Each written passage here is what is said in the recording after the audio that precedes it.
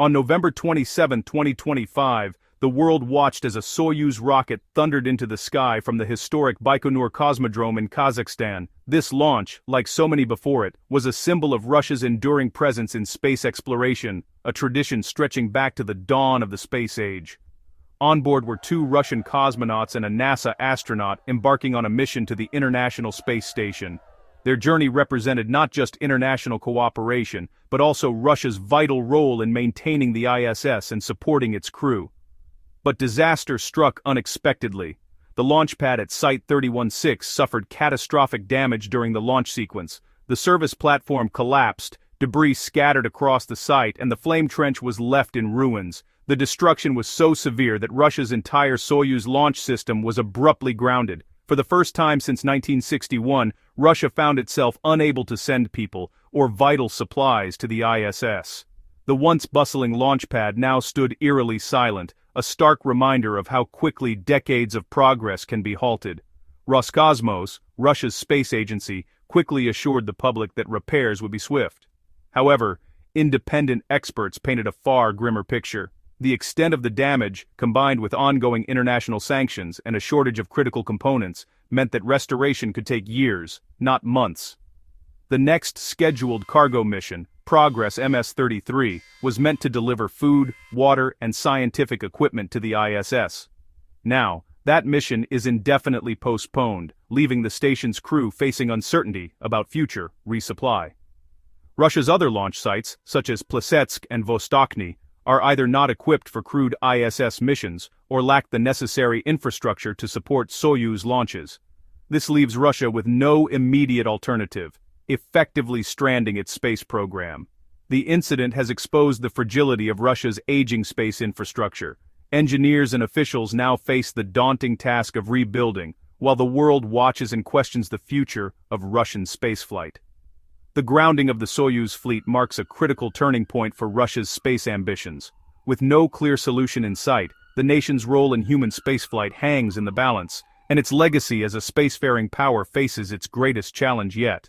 The recent failure at Baikonur Cosmodrome has sent shockwaves through the Russian space program, deepening an already dire crisis in the Russian segment of the International Space Station. Once a symbol of engineering prowess and international cooperation, the Russian modules now face mounting challenges that threaten the stability of the entire outpost. The Zvezda and Zarya modules, which form the backbone of Russia's presence on the ISS, are showing unmistakable signs of age. Their walls bear the scars of decades in orbit, faded panels, worn surfaces, and the subtle but persistent creaks of metal under stress. Launched in 1998, these modules have long surpassed their intended lifespan. Cosmonauts now spend much of their time patching leaks, applying sealant, and monitoring for new problems.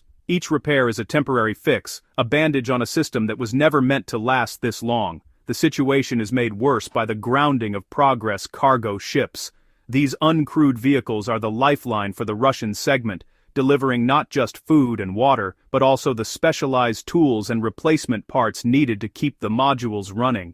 Without Progress, the Russian segment's ability to maintain its altitude and perform crucial orbital maneuvers is severely compromised. The station relies on these ships to periodically boost its orbit, counteracting the slow but relentless drag of Earth's atmosphere.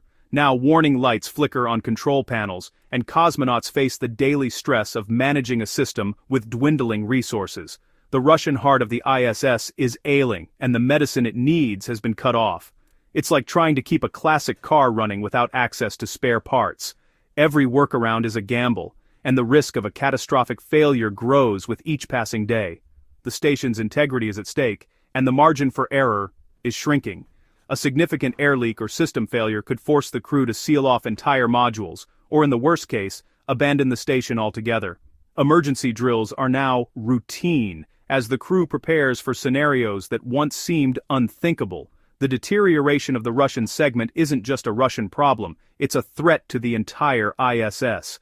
The interconnected nature of the station means that a failure in one segment can quickly cascade, endangering the whole crew and the future of the mission. With supply launches on hold, even minor issues can escalate into major vulnerabilities. The crew must now ration supplies, improvise repairs, and hope that help arrives before the next crisis strikes. With Soyuz grounded, SpaceX's Crew Dragon is now the sole vehicle for ISS crew transport. This shift ends Russia's monopoly and places immense responsibility on SpaceX. Crew Dragon is now the primary lifeboat for emergencies, eliminating redundancy. The Dragon's role expands to include tasks once handled by Russian vehicles, like orbital reboosts. This reliance on SpaceX validates NASA's commercial crew program, ensuring the ISS remains operational. Without SpaceX, the Baikonur failure could have ended the ISS. The Dragon fleet is under intense scrutiny, with no room for error. SpaceX's success is crucial for the station's continued operation. The ISS now relies solely on SpaceX's Dragon, creating a single point of failure. Any issue with Dragon could halt all traffic to the station, stranding the crew. The logistical cushion of dual launch systems is gone, increasing pressure on SpaceX. Delays in SpaceX's pipeline could extend astronaut missions, adding strain. The deteriorating Russian segment amplifies the risk of emergencies. Emergency hardware must now wait for the next cargo Dragon flight. NASA and partners face tough contingency planning questions. The dream of a robust, redundant orbital ecosystem is now a fragile reliance on SpaceX.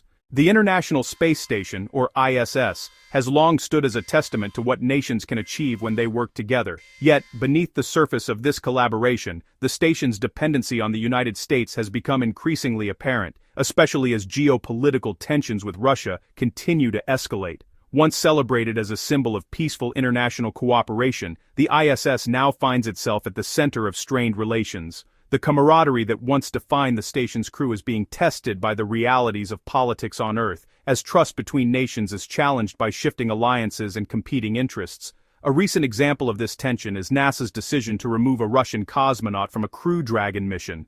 This move, while technical on the surface, sent a clear message about the changing dynamics aboard the station and the growing divide between the two spacefaring powers. With Russia's Soyuz spacecraft temporarily grounded, the tables have turned. Now, Russian cosmonauts must request seats on American spacecraft to reach the ISS, a situation that has created a new power imbalance and shifted the dynamics of space access and control. NASA, for the first time in decades, holds the reins when it comes to crew assignments and launch schedules. This newfound authority allows the U.S. to influence not only who travels to the ISS, but also the pace and priorities of missions, directly impacting Russia's role in the partnership and its broader space ambitions. Despite these challenges, both nations recognize that cooperation is essential. The ISS is a complex machine that requires constant teamwork for maintenance, research, and survival. Without collaboration, the station could face technical failures or even a premature end to its mission. In many ways, the ISS serves as a microcosm of global politics, a place where collaboration is not just ideal, but necessary for survival.